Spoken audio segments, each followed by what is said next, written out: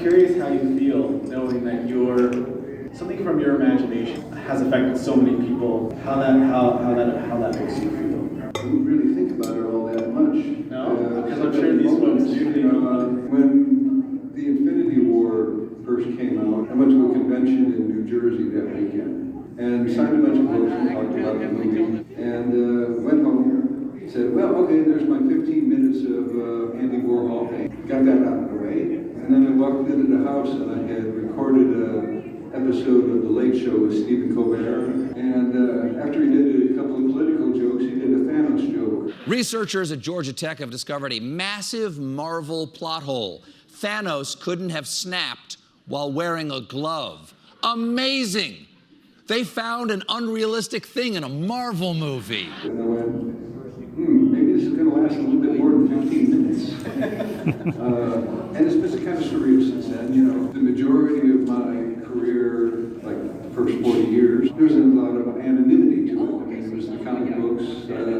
I was the only one up at Marvel who wanted to do Thanos.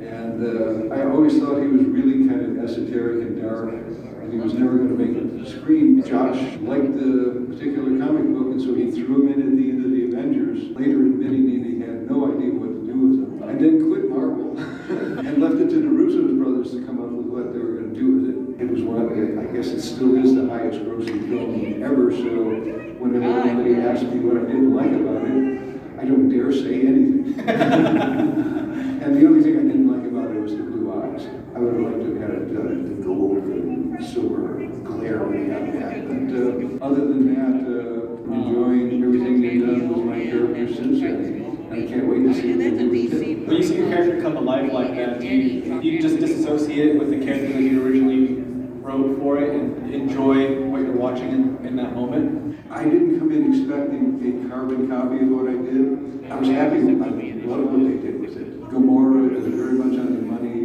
of who I wrote. Thanos, like I said, the spirit is there. Drax is probably the most diverse because they sort of took the visuals of the one who's in the comic books now, and they took the character that I wrote in the Infinity Watch and stuck them sort of together and made their own unique character out of it. Tell them what you thought of Adam Warlock in the movie you just saw. I went to see the Guardians of the Galaxy 3 premiere Thursday. I have to tell you, the movie itself is quite spectacular. It's the most visually sophisticated thing I've ever seen James Gunn do. From the sets to the camera angles to the storytelling. It's just terrific.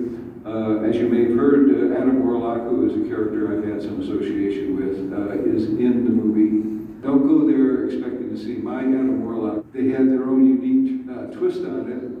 When Adam Warlock first appeared in the comic books, all he had was this little red bathing suit on. So the movie starts off with him in this cape with this outfit that's just, it looks like a domino game in red. It's not a piece of him that doesn't have some kind of texture to it. But as the movie goes on, he keeps losing more and more of the costume.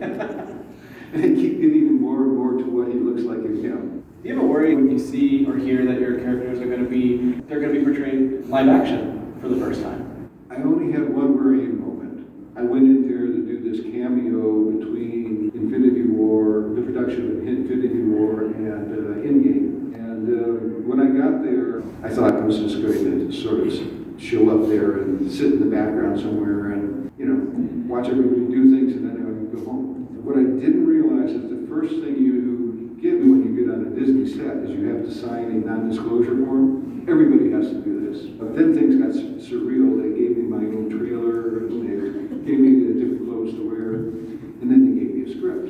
So for the next hour before we started shooting, they told me everything.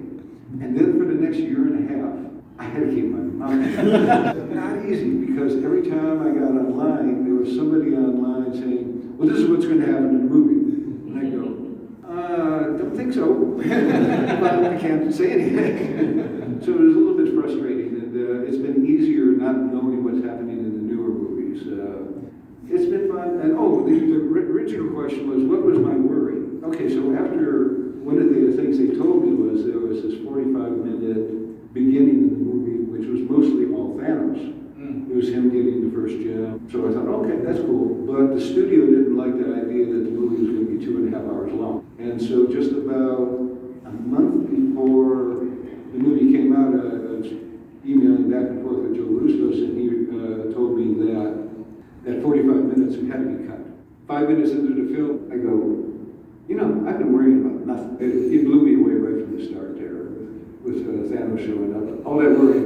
already, so I don't worry about any of this stuff anymore. A lot's changed since when you started writing comics to how things are going now. What originally got you into the comic book business? I was raised in Detroit. Yeah, and the passion is there. Yeah, there was not a lot of culture there, and so I latched onto the comic books, and I went from a pastime to a hobby, to an obsession, to a job, to a career, to a life. How old were you for when you first started drawing and creating your own characters from the moment when you first started just tracing? Well, I liked the comics as a kid, and then I was looking at this adventure comic. Had Superboy in the front, and it was drawn by an artist named Lee Elias. And back then, they never gave any credits to who did these things. Yeah. But he had snuck his name down in some shrubbery at the bottom of the panel. I looked at it and went, holy cow, people do this for a living. Yeah. It just struck me. I was about 8 years old and going, this is a job. And I thought, if I gotta have a job, this would be really cool. You know, at that point then, I was just, I wanted to do nothing but. So there's no such thing as an original idea anymore. You're not trying to make the puzzle that see on the top of the box. You're trying to force the things into a different pattern. That's basically what creativity is about. At least that's my version. I always thought Matthew McConaughey would make it really good Adam Warlock. He had the face in that part. Captain Marvel's face, when I started off, was sort of based on Kirk Douglas. You know, it didn't look like Kirk Douglas, but it was like that heavy cheekbones and stuff like that. Casting is something that he got no control over. I never thought of Josh Brolin. He wasn't on my radar. I was thinking it would be just a voiceover actor. So I was thinking, well, maybe he could get Idris Elba to do another one. You know, now that Josh has been up there on the screen, I can't imagine anybody else. So it's always a surprise who they pick, but I like being surprised, so it's fun. Do you usually have somebody in mind when you're drawing, whether it's a reference, not necessarily a famous person, when you're creating a new character? New characters, no. Usually as I go along, I'm doing a book called Red Star now, and a lot of times I look at Christian Bale sometimes, pull up a thing on Google and say, okay, if it's close up, I'm going to work a little bit off his structure. But it's not Christian Bale. Thanos is basically his appetite that cannot be satisfied. He's always his worst enemy because he wants to be hungry. He's a sociopath. He kills his own mother. Yeah.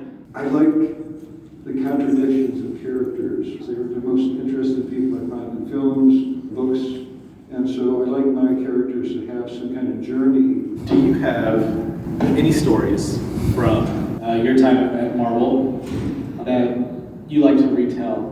Well, when I came up to Mar-vell, they didn't have an art director. So they made me the art director. There was somebody who needed a mouth opened. I was the mouth opener.